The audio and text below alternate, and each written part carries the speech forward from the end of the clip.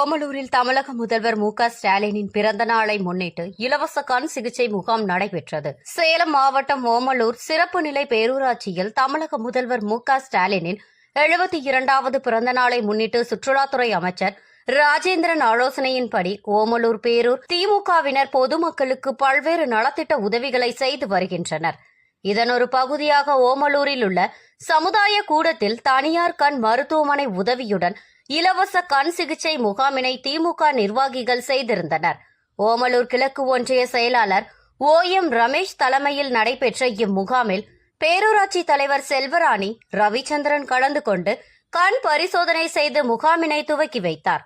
இதனைத் தொடர்ந்து ஏராளமான பொதுமக்கள் மற்றும் பேரூராட்சியின் தூய்மை பணியாளர்கள் இம்முகாமில் கலந்து கொண்டு இலவசமாக கண் பரிசோதனைகள் செய்து கொண்டனர். மேலும் இம்முகாமில் கிட்ட பார்வை, தூர பார்வை, கண்புரை உள்ளிட்ட கண் பரிசோதனைகள் செய்யப்பட்டு கண் அறுவை சிகிச்சை தேவைப்படும் பயனாளிகளுக்கு மேல் சிகிச்சைக்காக அனைத்து ஏற்பாடுகளும் இலவசமாக செய்யப்பட்டன.